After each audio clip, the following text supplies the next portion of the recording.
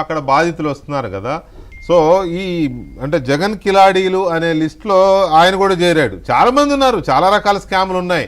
నేను చెప్పిన బీఆర్ఎస్ ఆయన సన్నిహితుడు ఒక ఆయన ఉన్నాడు, సంతోష్, ప్రతిమ ఇండస్ట్రీస్, తర్వాత ఇప్పుడు ఈయన.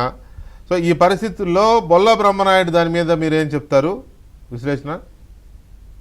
అనకొండ పల్నాడు అనకొండ అంటే పల్నాడు అనకొండ ఓకే. కబ్జా నాయుడు బ్రహ్మనాయుడు అక్కడెక్కడ జాజులపాలెంలో 175 ఎకరాలంట, బ్రహ్మణపల్లిలో 375 ఎకరాలంట. అసలు మొత్తం వినుకొండని ఏ విధంగా చాప చుట్టేశాడు అంటే నోరు తెరిస్తే పచ్చి బూతులు.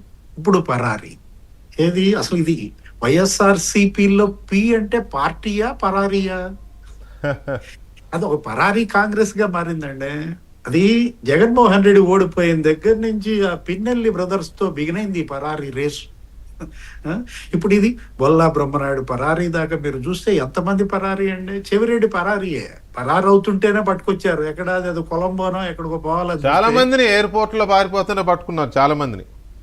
రాజకస్ రెడ్డి, లేకపోతే ఇప్పుడు కాకాని గోవర్ధన్ రెడ్డి మనం చూసాం. అసలు ఈ పరారీ వీళ్ళు అసలు మంత్రులుగా పనిచేశారా? వీళ్ళు అసలు శాసనసభ్యులా? అంటే వీళ్ళు పరారవటం ఏంటంటే అసలు నియోజకవర్గంలో ప్రజలకు మొహం ఎలా చూపిస్తారు?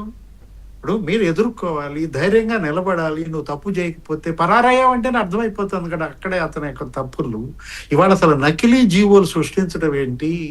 అతను ఎవరో రాధాకృష్ణ అంట, 31 డాక్యుమెంట్లు దొరికాయి, ఏదో 13 స్టాంపులు దొరికాయి, మీరే చెప్పారు. చివరికి హైడ్రా రంగనాథ్ సంతకం కూడా ఫోర్జరీ. అంటే ఇక్కడ మనం చూడాల్సిందంటే జగన్మోహన్ రెడ్డి వీళ్ళందరినీ ఆంబోతులను వదిలినట్టు వదిలాడండి.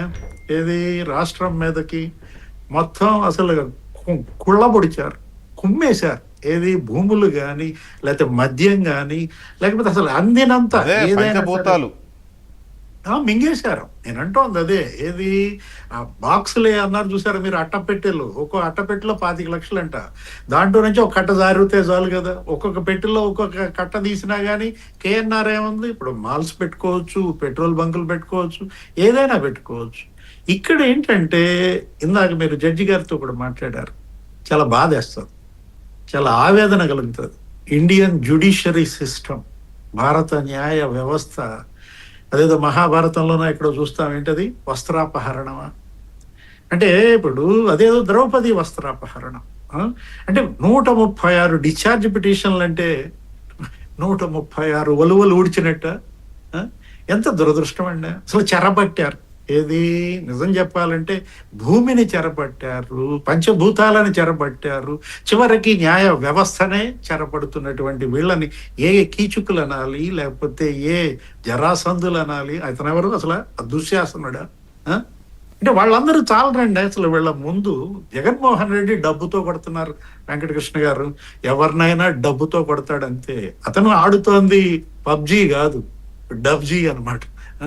మనీ మనీ మనీ మనీ అంటే అదేదో మనీ సినిమా తీసినట్టున్నాడు, లేకపోతే మనీ మనీ మనీ మూడు సినిమా కూడా తీసినట్టున్నాడు. ఇది మనీ మనీ మనీ మనీ ఎన్నిసార్లు అండి? అసలు అతను జగన్మోహన్ రెడ్డా? మోహన్ కాదు, మనీ రెడ్డి అనమాట. అంటే డబ్బు దాహం అసలు ఏ స్థాయికి జరిగిందండి? అంటే ధనదాహం, రక్తదాహం, అధికార దాహం. అంటే ఇప్పుడు మళ్ళా ఈ డబ్బుతో రేపొద్దున ఓట్లు కొంటాడు. ఇందాక బాలకోటయ్య గారు కూడా చెప్తున్నారు కదా, ఏమని అమరావతి రైతులను పిలిపించి మాట్లాడుతున్నాడు. ఆ రైతులకు అండగా ఉంటాను, వాళ్ళ తరపున న్యాయ పోరాటం చేస్తాను, న్యాయ సహాయం అందిస్తాను. అమరావతిలో కూడా ఇంకా జగన్మోహన్ రెడ్డి పిలిస్తే వెళ్లే రైతులు ఉన్నారా అంటే అది పెద్ద క్వశ్చన్ మార్కు. ఎల్లుంటే వాళ్ళు మరి వాళ్ళు రైతులా లేకపోతే? మాట చెప్పాలి. జగన్మోహన్ రెడ్డి గారిని కలిసిన రైతులు అమరావతికి భూములు ఇచ్చిన రైతులు కాదు, అమరావతికి ఉద్యమం చేసిన రైతులు కాదు. అక్కడ 2 రకాల రైతులు ఉన్నారు. ఒకళ్ళు భూములు ఇచ్చిన రైతులు, భూములు ఇవ్వని రైతులు. న్యాయస్థానాలకు వెళ్ళి మేము ఇవ్వము అన్న ఉండవల్లి, పెనుమాక, ఎర్రబాల 350 మంది రైతులే వెళ్ళారు. దానిని అమరావతి రైతులు వెళ్ళినట్టుగా మేము వెళ్ళినట్టుగా చెప్తున్నారు వాళ్ళ మీడియా. అది ఇంకో రోజు చూసుకుందాంలే. రైట్. ఎనీవే పట్టాభి గారు, ఫైనల్గా బొల్లా బ్రహ్మనాయుడు దీని మీద మీ పార్టీ